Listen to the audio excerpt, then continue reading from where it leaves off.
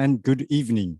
Welcome to the session East Asia and Oceania, Time for Multi-Level Action Dialogues, organized by ICLEI's offices in the region in partnership with Jeollanam-do Provincial Government, Republic of Korea.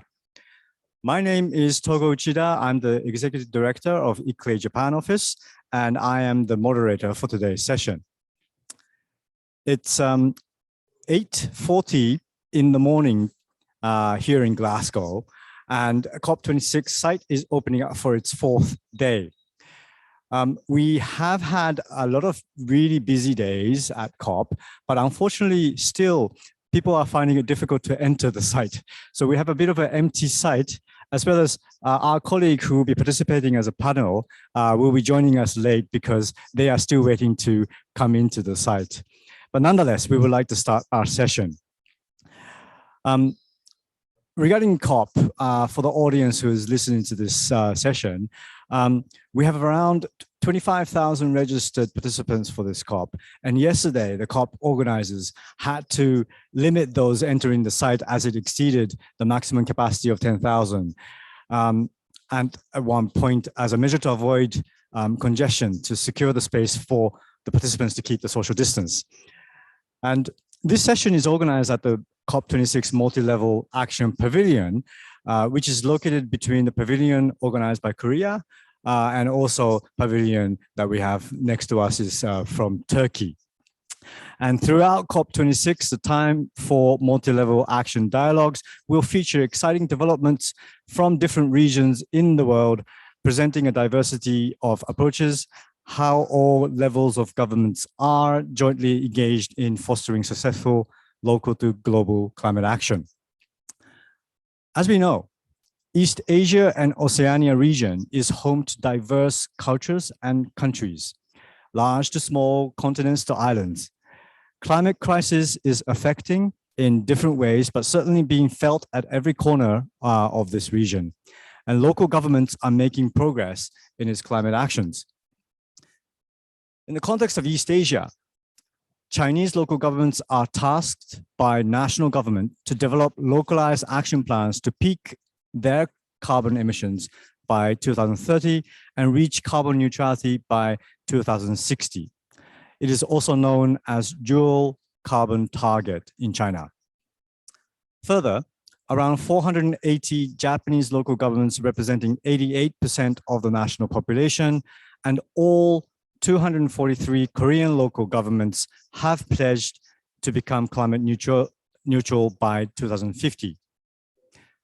The roadmap is under development and exploring various collaboration mechanisms with their national governments, and other partners are underway.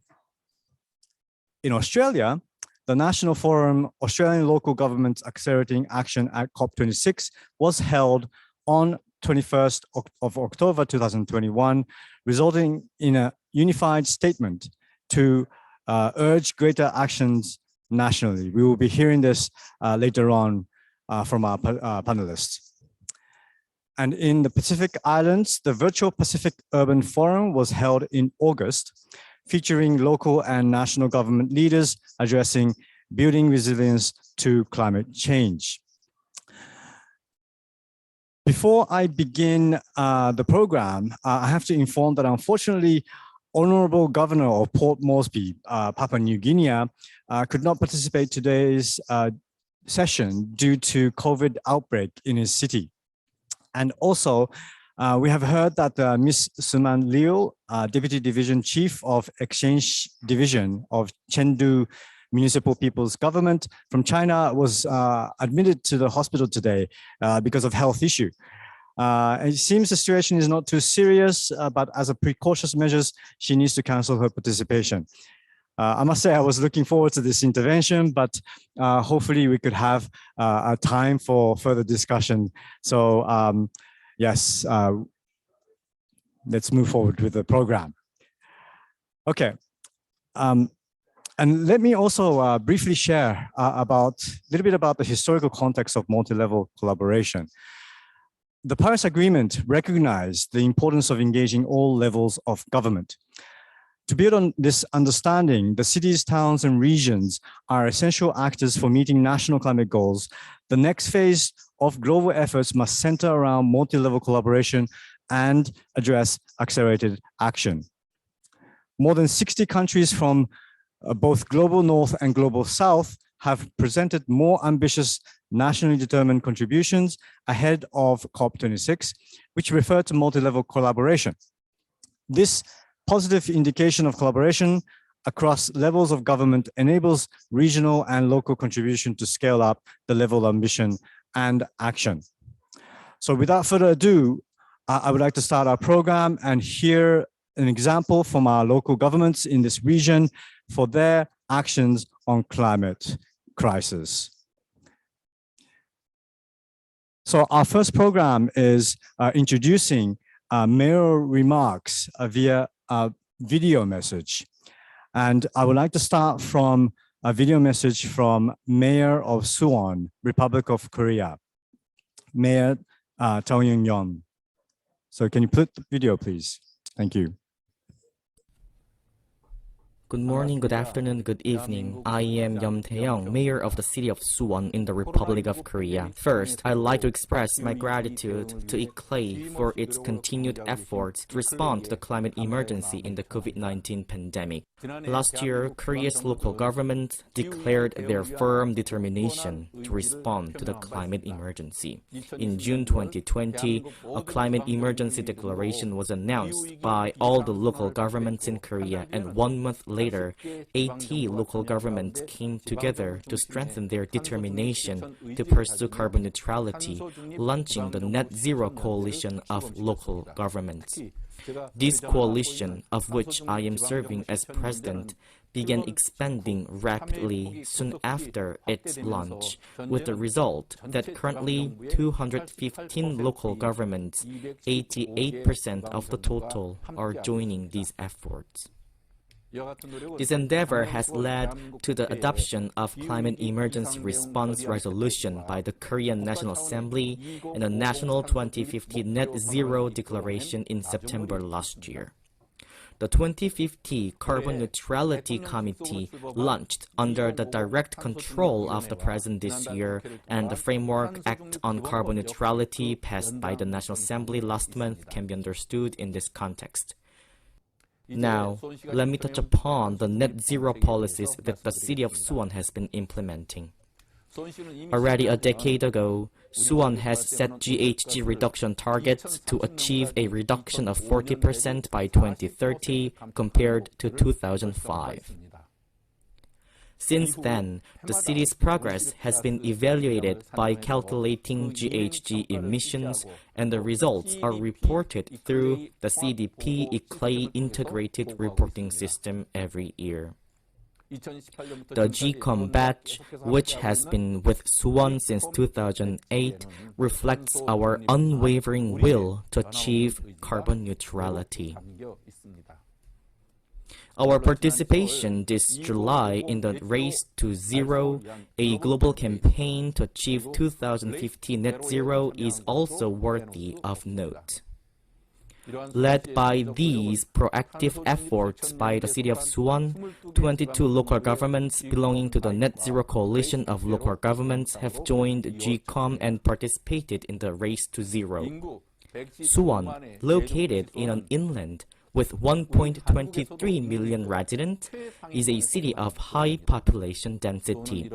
Reflecting these characteristics, the city has developed 3 strategies.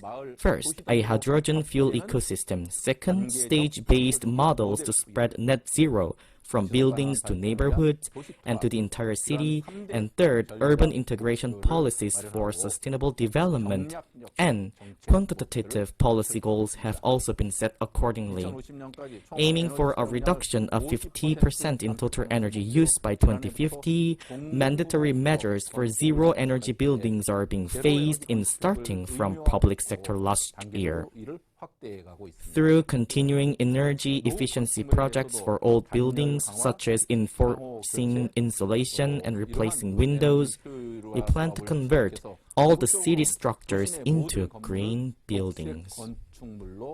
In addition, by 2025, about 1,000 city buses will have been replaced with electric buses, and by 2050, all the internal combustion engine vehicles in the city's entire fleet, including passenger cars, trucks, and motorcycles, will have been converted to electric and hydrogen vehicles.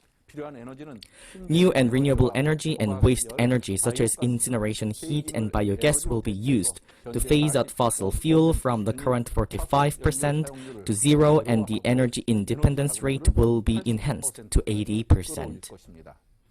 After COVID-19, the Korean government announced the Korean version of the New Deal last year to jointly address the economic and climate crises. In July, a plan for the more advanced Korean version of the New Deal 2.0 was also presented along with the progress made during the first year. This Green New Deal includes as key strategies such projects as green remodeling, dissemination of eco-friendly vehicles, conversion to new and renewable energy, and expansion of green infrastructure. As the president of the Net Zero Coalition of Local Governments, I will encourage local government-led specialized Green New Deal projects and share local success models nationwide and further to the world. I will do my best to realize our goal of net zero based on autonomy and locally initiated energy policies. This is time to act. Let your actions speak louder than words. I hope the local governments as well as global networks in Korea and other parts of the world can join together in their efforts to pursue actions to combat the climate emergency. As we move forward, Suwon will continue to collaborate with other local governments and with ICLEI as a global leading net zero city. Thank you. Thank you very much. That's a very encouraging message from Mayor Yom. As you know, the city of Suwon has been leading activities in Korea, and Korea itself has been very active in climate actions. So it's very encouraging to see and hear what they have been progressing in their climate actions. Next, I would like to introduce the video from Toyama City of Japan. Mayor Hirohisa Fuji have sent us the video message. So please.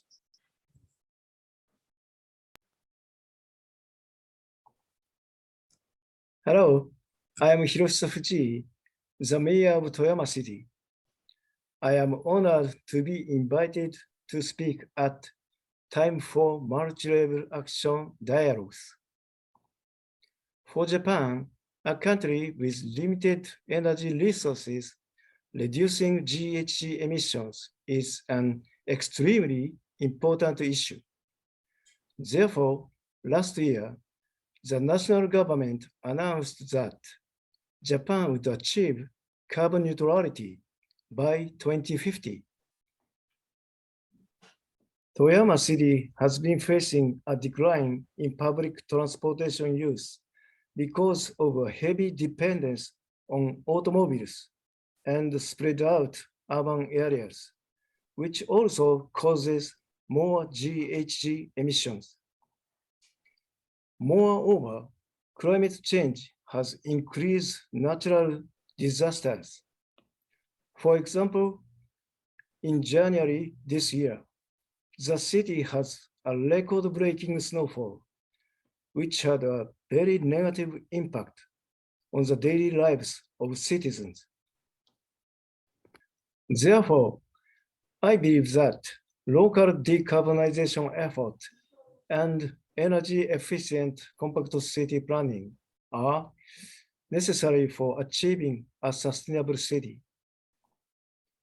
For this reason, we have been promoting specific measures with the aim of creating a resilient city with a high quality of life for every citizen. For Toyama, the key is a focus on compact city planning through the renovation of public transportation. We have developed a new integrated public transportation network, and we encourage citizens, cultural institutions, and businesses to relocate along our public transportation lines. In this way, citizens can realize a life where they don't have to overly rely on cars, which in turn contributes to the reduction of GHG emissions. In fact, the residential population along public transportation lines has increased from 28% of the population in 2005 to 40% in 2020. In March of this year, we formulated the Toyoma City Energy Vision. This outlines target for the introduction of renewable energy and comprehensive energy policies, and declares a zero carbon city that promotes decarbonization in the city. In this vision, we have set 4 basic policies for decarbonization by 2050. 1, promoting the introduction and expanded use of renewable energy. 2, promoting energy conservation. 3, revitalizing the energy business sector. And 4, promoting collaboration between business and key stakeholders. In conclusion, as a mayor, my role has been central to leading the vision of a zero carbon future by presenting it to the citizens. Toyama City is committed to actively implementing these measures toward carbon neutrality. Thank you very much. Thank you very much, Mayor Fuji. That was also a very, very encouraging message from Toyama Mayor. Toyama is very famous for its public transportation and its management, and also its resilience activities against climate actions, and not actions, climate changes. And it's encouraging to see that Toyama is also moving forward towards zero carbon and having a concrete plans, and also with its center point on discussing with citizens in this discussion of decarbonization. So now I would like to move on to our discussion session, where we will have a number of people participating online and also from the site. We would like to first start from our colleague from China in Beijing, Ms. Qi. She's an engineer, Climate Change Management Center, Bureau of Ecology and Environment. Qi, can you hear me? Yeah, I can hear you. Okay, thank you so much. Okay. So please introduce what you are doing in Beijing. Yeah. The floor is yours.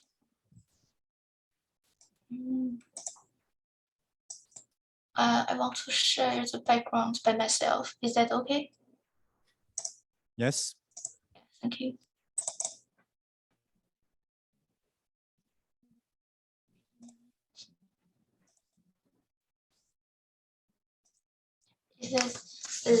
Can you see? Can you see the screen? Yes, it's perfect. Okay. Okay. So first, thanks for the invitation.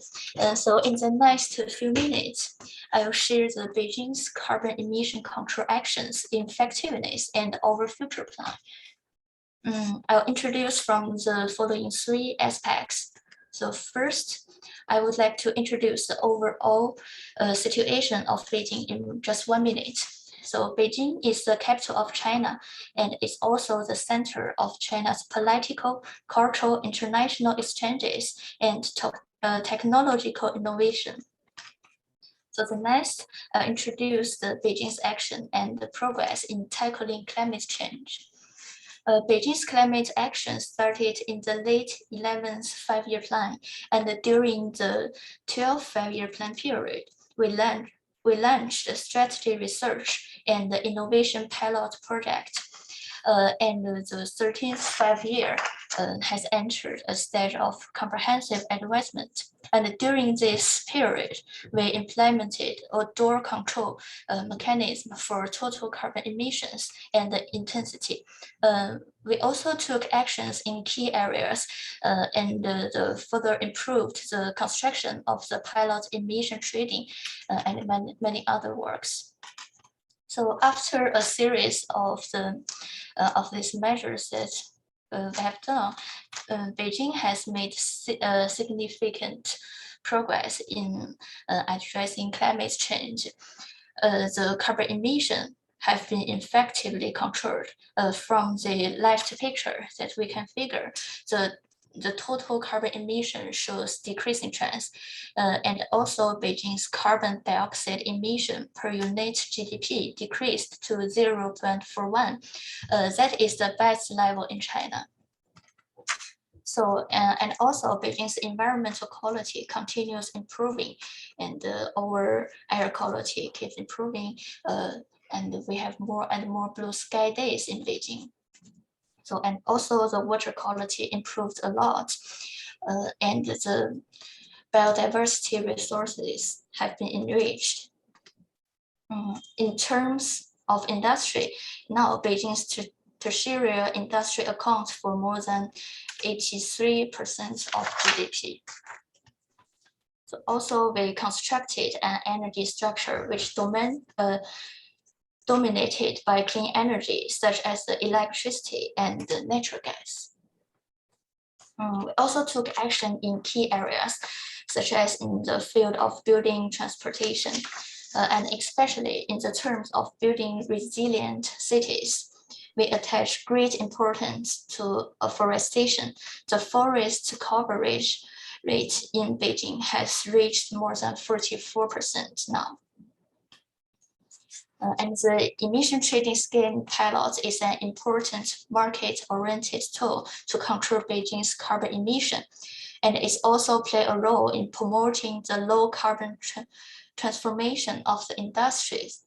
The pilot in Beijing covers 7 industries and contains more than 800 case emitters, accounting for more than 40% of the total carbon emissions in Beijing. So the next, I'll introduce the Beijing's consideration of carbon neutrality. Our president, Xi Jinping, announced that China aims to see carbon dioxide emissions peak before 2030 and achieve carbon neutrality before 2060. And as the capital of China, Beijing takes immediate action to firmly and actively implement national strategy. We have incorporated carbon emission control target in the outline of Beijing's 14th five-year plan. According to the outline of Beijing's 14th five-year plan, we formulate 2 steps. The first step, by 2035, Beijing's 5 emissions will continue to decline. And the second step is also the long-term target. We will rely on technological progress to achieve a rapid decline in carbon emissions and also to build a near-zero carbon emission city. There are 3 main paths. The first, we must improve energy efficiency. And the second, on the supply side, I think it is necessary to increase the utilization ratio of new energy and the renewable energy. The third, on the consumer side, we have to accelerate the electrification transformation. And during the 15th five-year period, we'll launch actions in the following key areas, such as in energy sector. We'll use more renewable energy and more green power. In transport sector, sector will to increase the percentage of new energy vehicle utilization. In building sector, continue to promote energy saving renovation of existing buildings.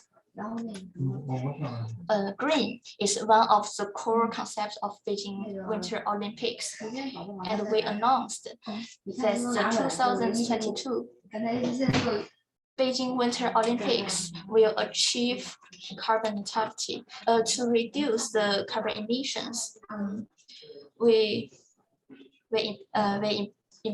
implement some measures, such as we'll use hydrogen energy battery cars, and all the buildings that we use are low carbon buildings, and any other measures. The public is an important part of our city. So we encourage the leading business to actively formulate a low carbon development plan. And we also encourage citizens to live a low carbon life. So the above is what I want to share with you. Thank you. Thank you very much, Ms. Shishi. It's very encouraging. I mean, it's a very comprehensive presentation with, and we could actually see that Beijing is actually working on many areas to address this climate crisis and also to realize decarbonization. So thank you very much for your presentation. Now I would like to move on to the stage where we have Mr. Kazuaki Takahashi. He's the Executive Director for Planning and Coordination Department, Climate Change Policy Headquarters of Yokohama, Japan. So I will ask him to give a presentation.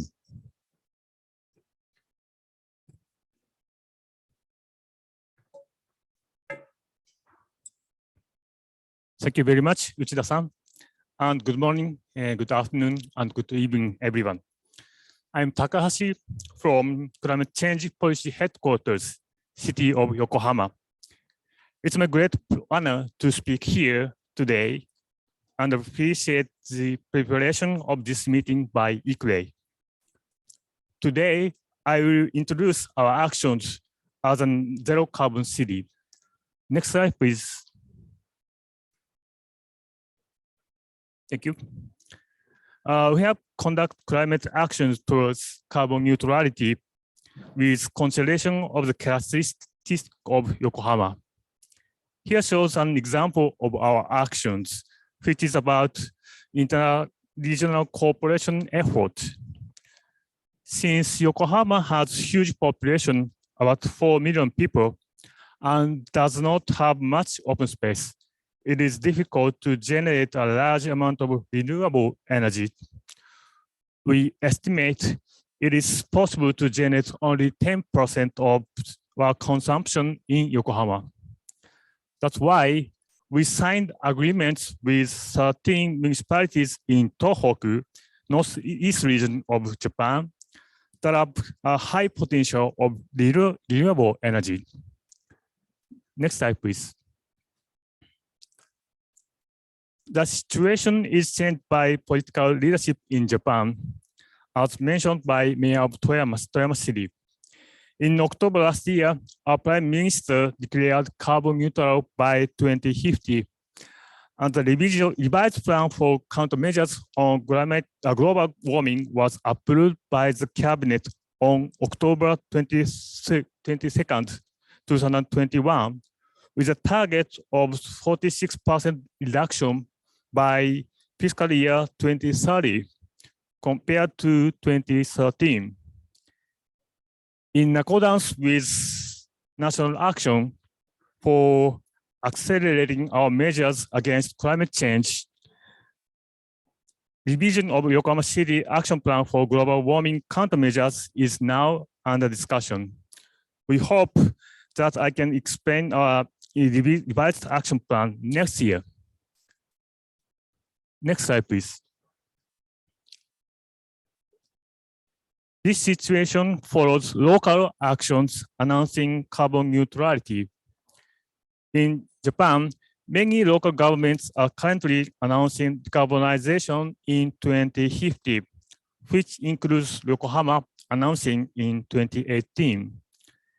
Now, 464 local governments have announced carbon neutrality in 2050, and the total population of the announced local governments is more than 100 million, which is close to 90% of Japan's population. It is hard for you to seek non-orange field areas at this slide, not announcing carbon neutrality at this moment. Next, please. Since various kinds of climate action should be conducted at various sectors and innovation is needed for carbon neutrality, we think that multi-level cooperation between national and local government and city-to-city cooperation is a key issue to achieve zero carbon. Yes, we have collaborated with many cities and national government. Yokohama is participating as a member in a conference set up by the government to achieve zero carbon. In February, Yokohama, as a chairperson, launched the Council of Municipalities aiming for zero carbon. And the council submitted a proposal to the national government for decarbonization through collaboration between the national and local governments. Now, 199 municipalities are participating in this council. Next, please. Cooperation with overseas cities and international networks is also important. Yokohama is a member of several international networks as shown in this slide, including ICLEI. We share knowledge and lessons with many other cities and participate in international conferences such as COP to strengthen bilateral and multilateral networks. Next, please. Furthermore, to build up multilateral networks, City of Yokohama has held the Asia Smart City Conference for the past 10 years. In this conference, we aim to promote partnership among cities and related international institutions in order to achieve smart and sustainable urban growth in Asia and Pacific.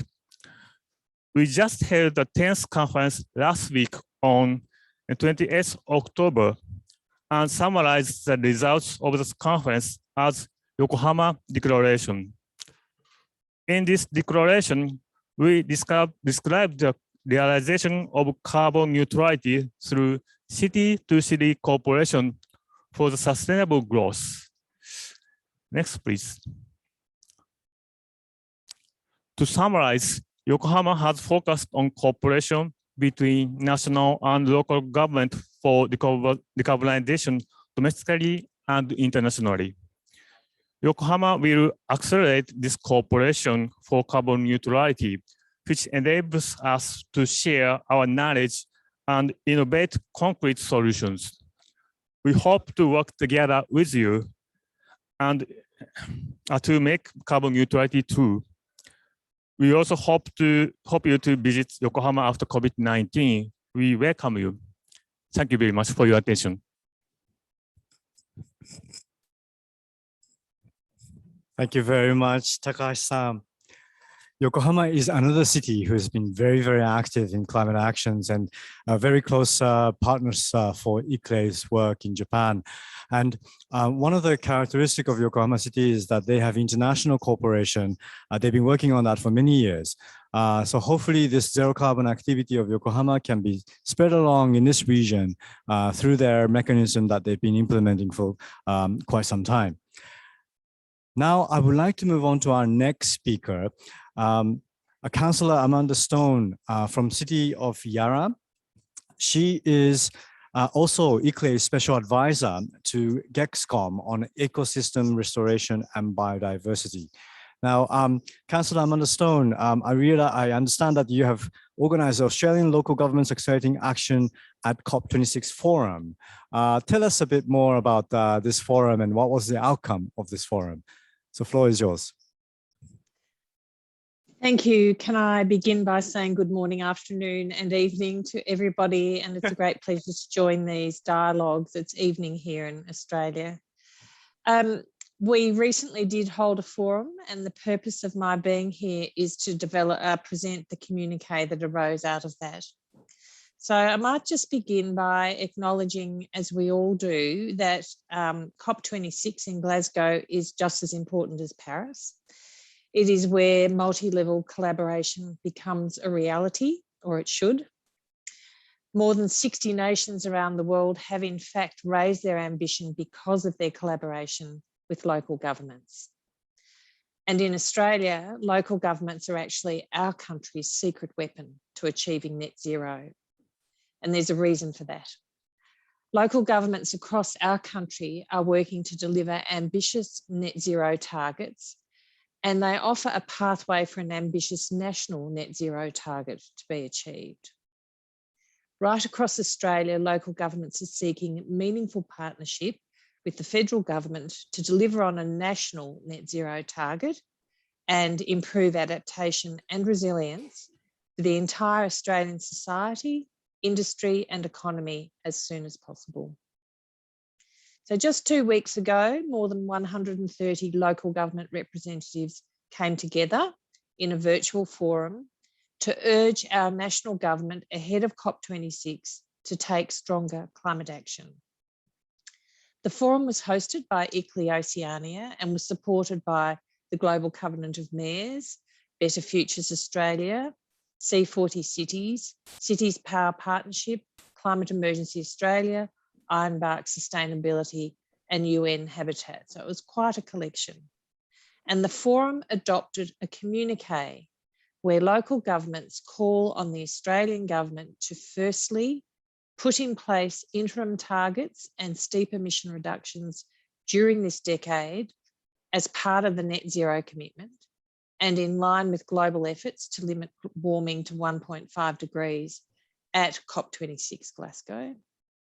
Secondly, to support a dedicated federal funding stream to local government for climate mitigation and adaptation, including the Australian Local Government Association's request to commit to a local government climate change response partnership fund of $200 million over 4 years to provide support for councils, help their communities reduce emissions and transition to a future.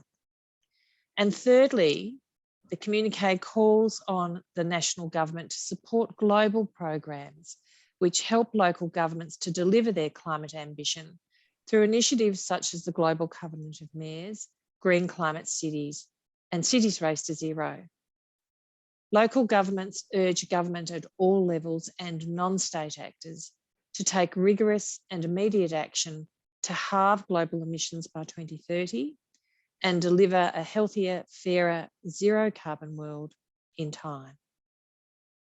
So that's the communique.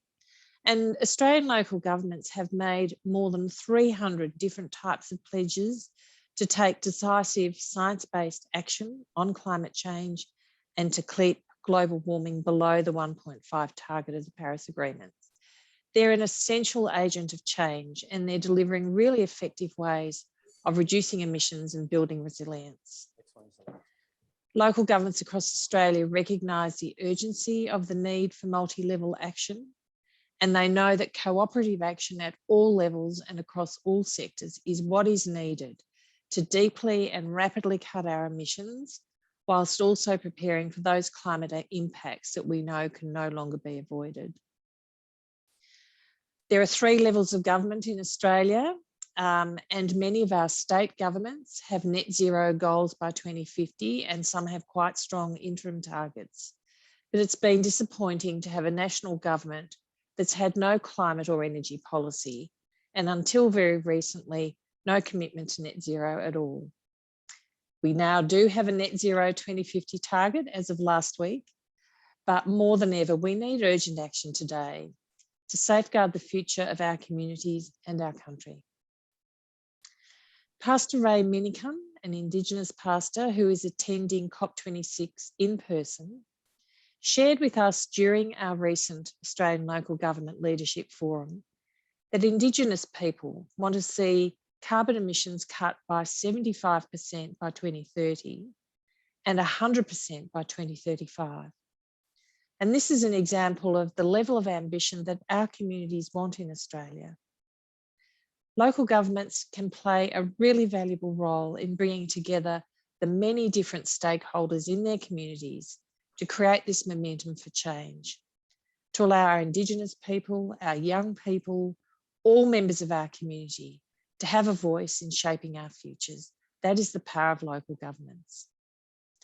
So it's past time that all levels of government stepped onto a common platform and worked together with ambition and urgency for the benefit of their citizens now and into the future. Thank you. Thank you very much, Councillor Amanda Stone. We are planning to have a next speaker, but before we go into that, because we are still waiting for an interpreter to come to our site. And so we're going to have a slight change of program. So before we have our director from Jeollanam-do to speak, I think I will have a bit of an interaction with you, Councillor Amanda Stone, to ask a little bit more about your activities in Australia, and also to Mr. Takahashi, to hear more about Yokohama's action. So starting from you, Councillor Amanda Stone, so you've mentioned that now you have the 2050 goal, the national government have announced, and I'm sure that your activity have contributed to the government's committing to this goal. Now, I've been hearing that a lot of you are still not happy with maybe the ambition level of the national government, but certainly from the outsider, like myself, have been very surprised to see the Australian government to even commit to 2050, because we have been hearing by the other side of message where maybe we couldn't expect the Australian government to commit by 2050 by this COP. So what is your take? What do you think a kind of impact that you have made so that the government were now moving forward to this goal of 2050 decarbonization? And what is your expectations for the government to move forward?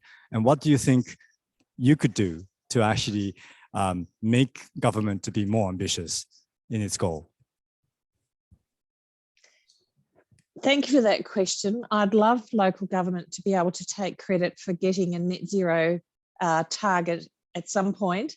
I'm sure there are many factors that were involved, but having said that, there was a report produced this year by the Global Covenant of Mayors and Ironbark Sustainability called State of Play, which looked at the commitments made by local governments around the nation.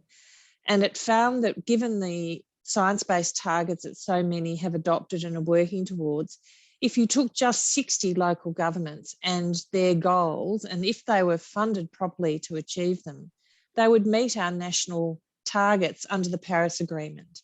In other words, local governments in Australia could largely do the federal government's job for them. That report was released in the middle of the year, and with some of my colleagues, I presented it to various ministerial advisors in Canberra. So the message has certainly got through, and I would like to think it hasn't fallen on deaf ears, and that there is a recognition of the powerful role that local government can play when perhaps other levels of government are somewhat hamstrung by lots of things. Local governments with their direct connection and the really motivating force of communities that want to see action and let them know they want to see action and want to be part of the action.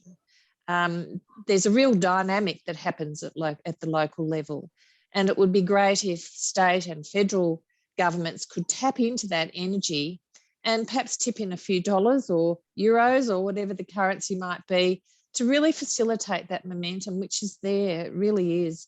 And we've seen it right across our country. We've got 101 local governments have declared a climate emergency.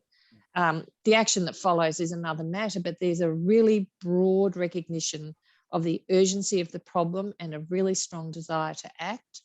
And of course, local governments with such a small proportion of the national income are limited in what they can do, although their ambition is this big. Thank you very much. You mentioned about the momentum and that the feeling of climate crisis has been shared by many in Australia. What is the background of that?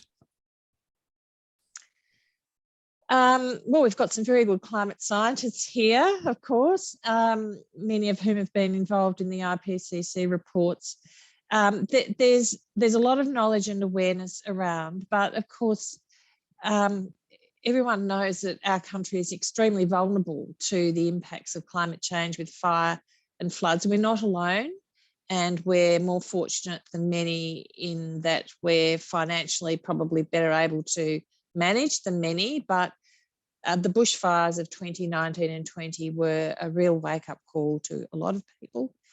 But the momentum's been building for a long time, and I think it really has been progressive local governments that have taken action that hasn't brought the sky in, and it hasn't cost the earth, and it hasn't alienated their communities, which were a lot of the early fears of taking climate action.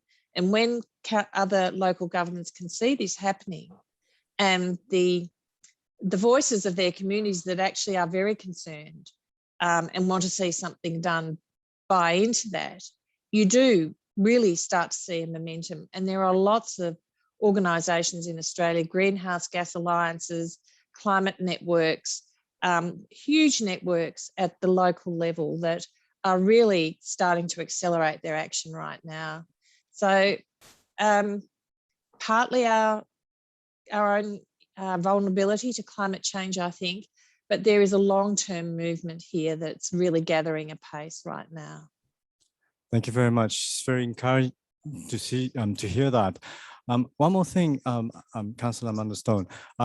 You are also from city of Yarra. I mean, not also, but you are from the city of Yarra.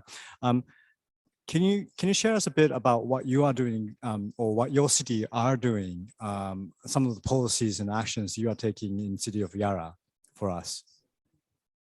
Certainly.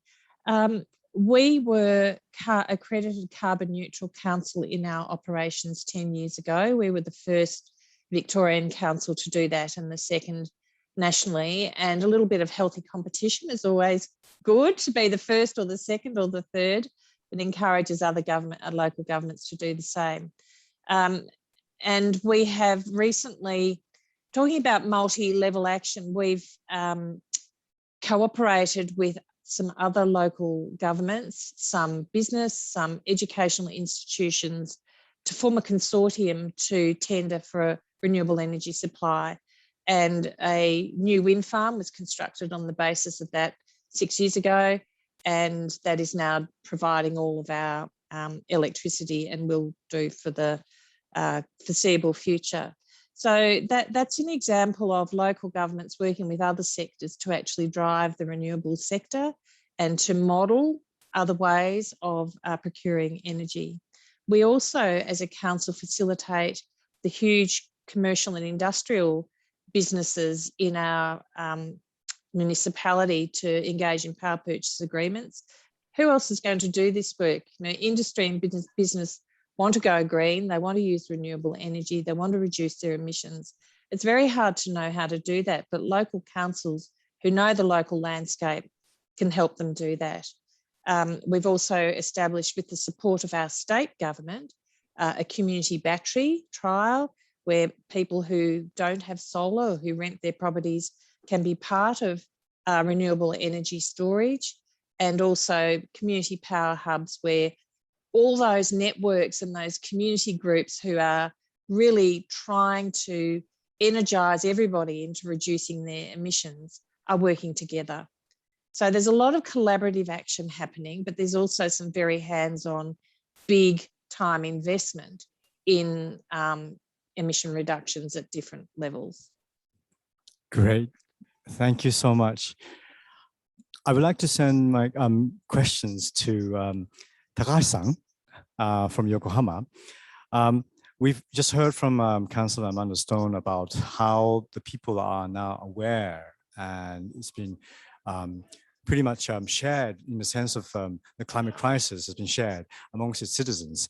How about in Yokohama? Do you feel that same level of feeling of crisis has been shared amongst the citizens in Yokohama, or maybe the situation is a little bit different? Can you share us a bit about your feeling about what you're feeling from the citizens in Yokohama? Thank you. We in Japan have serious natural climate disaster and heat stroke in Japanese netsushou, and we also have effect in fishery sector or agriculture sector. So I understand that in these days, people are getting aware of climate crisis at this moment. But I think that this kind of awareness should be connected with real action. This is very difficult. We have a very large amount of emissions from house sector. And so we have to emphasize on the action by houses. It is very difficult, but we have to do that. That's my comment. Thank you. Thank you very much. It's a very important point. Awareness connected to action. And I think that's where the partnership is really, really valuable and needed. And getting involved with a different sector and different level of government is also becomes really, really important. Thank you very much for that. And now I think I could move on to Jeollanam-do. So I'm very happy that you made it. We have been, for those of you who haven't actually participated in COP, we have been struggling with this entering COP site for the last few days. And so even if you come early, you have to get on a queue, which doesn't move. So I was a little bit worried, but I'm very happy and very pleasure to have you, Director Kung Sun Jun, here in the site. So I would like to hear from you about some of the policies and actions that you are taking at the Jeollanam-do provincial government. So may I pass the mic to you? Thank you.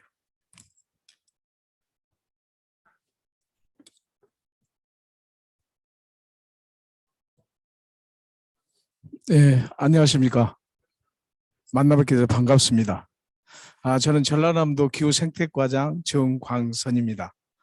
오늘 전라남도 2050 탄소 중립의 정책에 대해서 소개하게 된 것을 매우 기쁘게 생각합니다. Hello everybody here on site and then online connected to this event. My name is Kwang Sun-jong. I'm from the Jeollanam-do provincial government. I'm taking part of the Director of Climate and Ecology Division in the Parliament government. I'm very much pleased to be here to share with you about our 2050 carbon neutrality policy to come over to against the climate crisis in the world. 네, 짧게 저희 전라남도 비교 우위에 대해서 설명드리도록 하겠습니다.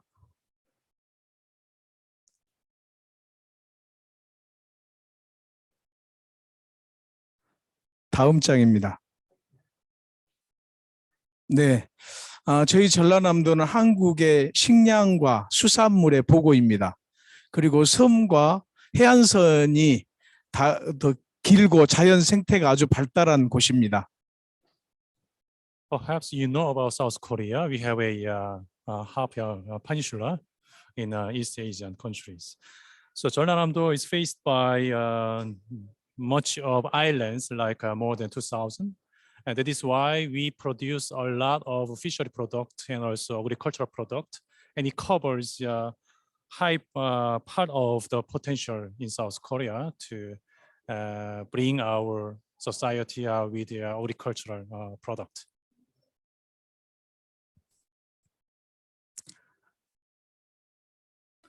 네, 우리 전라남도에서는 2050 탄소 중립 비전을 지난 2021년 3월 3일에 발표한 바 있습니다. 9,200만 톤의 온실가스를 줄이고자 하는 게 저희 목표입니다. Last March, we have announced our political strategy with the names of Carbon-Free Health Future, Clean Jeonnam, and it covers like 92 million tons of greenhouse gas reduction. And you see on the screen, there are various fields like clean energy, clean industry, clean life, and clean forest. So those are the four main streams where we put our attention to reduce the the climate.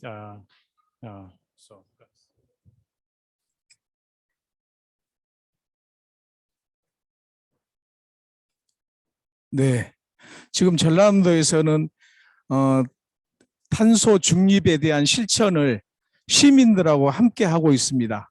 특히 가스, 수돗물, 전력을 줄이면 탄소 포인트제로 활용해서 시민들한테 일부 금액을 돌려드리는 제도입니다. So among various actions we take for this purpose, one of the main focus is that we strongly engage the residents in the province to compete against climate crisis. Yeah? So like we say that we are promoting the carbon hunters action movement to reduce greenhouse gas voluntarily by residents. 또한 저희 전라남도는 UN 기구인 COP와 함께 하면서 지방 정부 12개 기초 지방 정부가 함께 하고 있습니다. So we have prepared a lot of your slides actually to share with you, but because of the time problem, just at the end, this is the last slide, I believe. To overcome the climate crisis and carbon neutrality for future generations, 전라남도, we try and also we work hard with international network and through also this United Nations COP event as well. 또 제가 탄소 중립을 위한 우리의 과제에 대해서 한 4가지 걸 말씀드리겠습니다. 첫째는 협력 체계입니다. 그 국가 간, 국가와 지방 정부 간, 시민과 시민 단체 간 여러 어떤 공동체가 이 탄소 중립에 대한 의지와 그 사명감을 함께 나가야 된다는 생각을 가지고 있습니다. Before I finish my presentation, I would like to suggest or emphasize 4 main tasks. The first of that is, to my opinion, cooperation between different layers is quite important, like between national and provincial government, and also among various civic groups as well, and also industry and academic area as well. So cooperation is the main point to achieve these goals for carbon neutrality. Number 2, 탄소 중립을 위한 기술 개발이 이루어져야 된다. 산업 공정의 개선, 발생량의 탄소 포집, 이런 신기술을 통해서 탄소 저감을 위한 노력이 필요하겠습니다. At the same time, we should focus or we should try to reduce the carbon emission. So it means we need also advanced technologies, process advanced technologies like carbon storage system and so on. So this is the point for technological movement to achieve the goal. Number 3, 탄소 중립 기술 보급을 위해서는 재정 지원이 뒷받침되어야 됩니다. 그래서 중앙 정부의 강력한 의지, 지방 정부의 그에 따른 정책 개발 등이 같이 융합되어야 탄소 중립 실현이 될 수 있겠습니다. In order to make all of them possible, so we need also money, the budget. And not only from our provincial government, but also we collaborate with our central government as well to push and support and engage the industrial sector to participate in this movement. 마지막으로 역시 결과물은 우리 시민이 참여해야 된다는 사실입니다. 시민 단체가 앞장을 서서 행동하고 같이 움직이고 뛰고 인식 전환이 필요해서 시민과 함께하는 탄소 중립이 된다고 생각합니다. So, lastly, we need also participation from civil society. So I mentioned so far, first of all, cooperation. The second is technological advancement, investment, and also financial support. And at the end, the most important thing is to engage the residents, civil society, to our action. So that might be the last word from our side.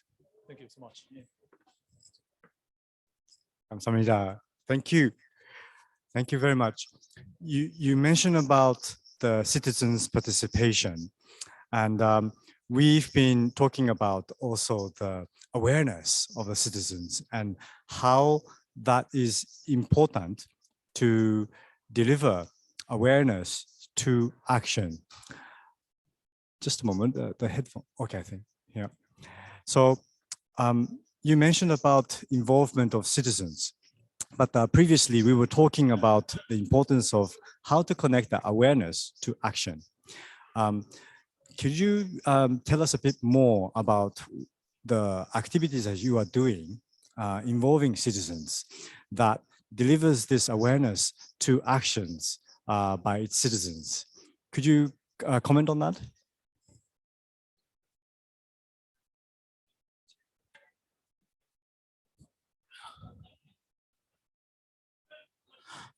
특히 강조하고 싶은 시민단체 활동이 있습니다. 탄소 사냥꾼이라 해서 탄소들이 제품 공정 과정, 제품 공정, 생산, 운반, 수송, 활용에 때 발생하는 탄소를 줄여나가는 탄소 흔적 지우기, 탄소 사냥꾼 운동을 전개하고 있습니다. Actually, there are many different kinds of actions from our provincial government to bring the civil society to this action.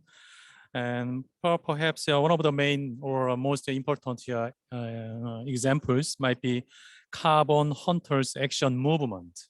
It's like a kind of LCA process, so life cycle assessment.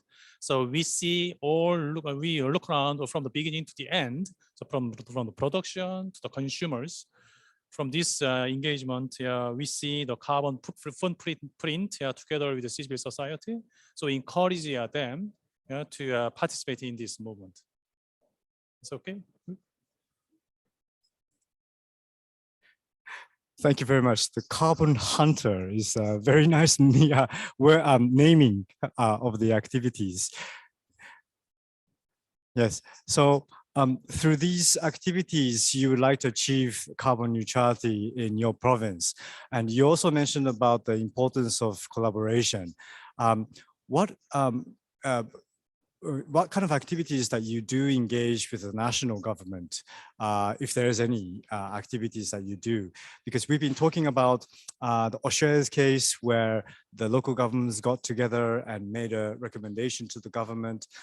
In the Japanese case, also city of Yokohama compiled a message from the local governments to deliver to the national government. So the national government will have a policy that is aligned to also support local governments to become decarbonized.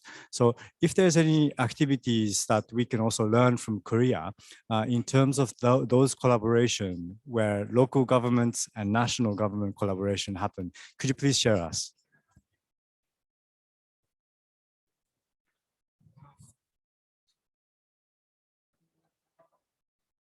사실 저희 전라남도는 그 철강, 석유화 국가 산단이 있는 곳입니다. 그래서 철강하고 그 여수 산단, 이를테면 지명으로는 여수 산단인데 거기에서 탄소 발생량이 한 87% 일부 지역에 집중되어 있습니다. 그래서 그런 아까 말씀드렸듯이 그런 어떤 개발 공정 과정에서 나오는 탄소 줄이기, 신기술 개발, 그리고 중앙정부와 계속 협력 체제를 구축해 나가고 또 우리 지방 정부에서 서포트 지원해 줄 수 있는 흡수원, 이런 나무 심기, 도시숲 조성하기, 이런 사업들, 정책들을 추진하고 있습니다. Yeah, thanks for this question. Yes, this is quite important to collaborate with the central government. And as one of 17 provincial governments in South Korea, Jeollanam-do is quite unique situation. So we have large complexes, industrial complexes. One of them is steel works, like the giant company, POSCO is also located in our area. And also like LG Chemical is the biggest, and also other petrochemical companies in those industrial complexes. And those industrial complexes are actually supported from the central government. But our job as a task in our central provincial government, we should always keep understanding what's going on over there, and also if there are actions needed to come over to this era of climate change. So actually more than 85% of carbon footprint in this area is coming from this industrial sector, industrial complex. That is why it is quite significantly important, this collaboration with the central government together with the industrial complex as well. And so we also try with those companies to plant a great number of trees in this area as well. So now the collaboration is always happening and going on further. Thank you. Thank you very much. Yes, that point is extremely important with this. Local governments always struggling with their local industries, struggling in a way that, of course, local government provides workforce, and this is essential for the local economy to run. But sometimes in terms of decarbonization, you may have to get engaged with a difficult discussion with the industry, especially in the area of petrochemical as well as heavy steel industry. And I think a similar situation is shared by Yokohama City, because Yokohama is also known for a lot of petrochemical industries concentrated on the area. So Takashi-san, can you share your example of some of the activities that you are engaged as Yokohama in terms of communication with the industry and maybe in the connection with the national government? Could you please comment on that? Thank you.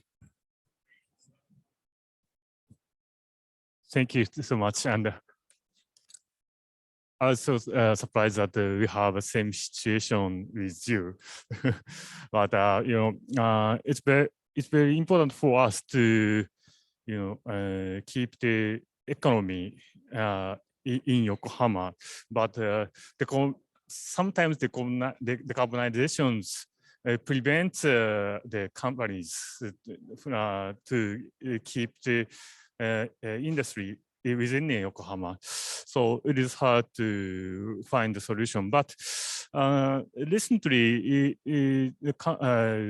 companies tend to change their mind, because the decarbonization is needed also by their that companies, so that decarbonization is needed for sustainable growth and in international society, but also in Japanese society. So now it is very much easier for us to collaborate with companies, and now we are talking about how to make sustainable growth under the situation of decarbonization.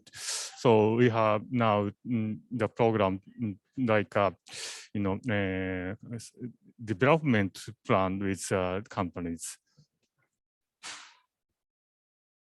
Thank you very much. Yes, I think the situation have changed for the last few months or year, where the recognition at the private company level is also changed dramatically. And a lot of these companies are also shifting their policies to also align with decarbonization. And maybe that is actually also changing the relations and communication that local governments are having with these private companies. Okay, so thank you very much. We had a lot of changes in our program due to difficulties in participation, but thanks to all the participants, including participants in online, thank you very much for your contribution. I think we heard many cases from the region and very interesting cases also.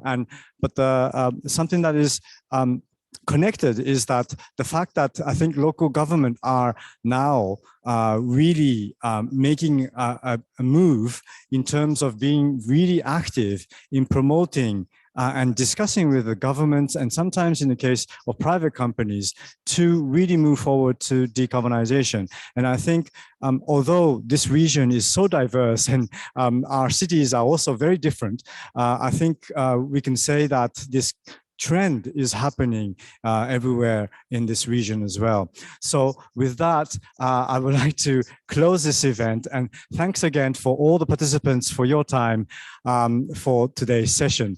Thank you very much.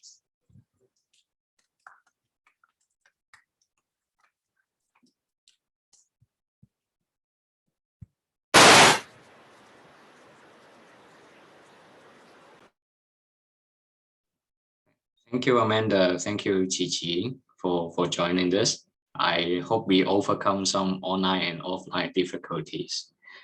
And my colleague will also do some follow-up news and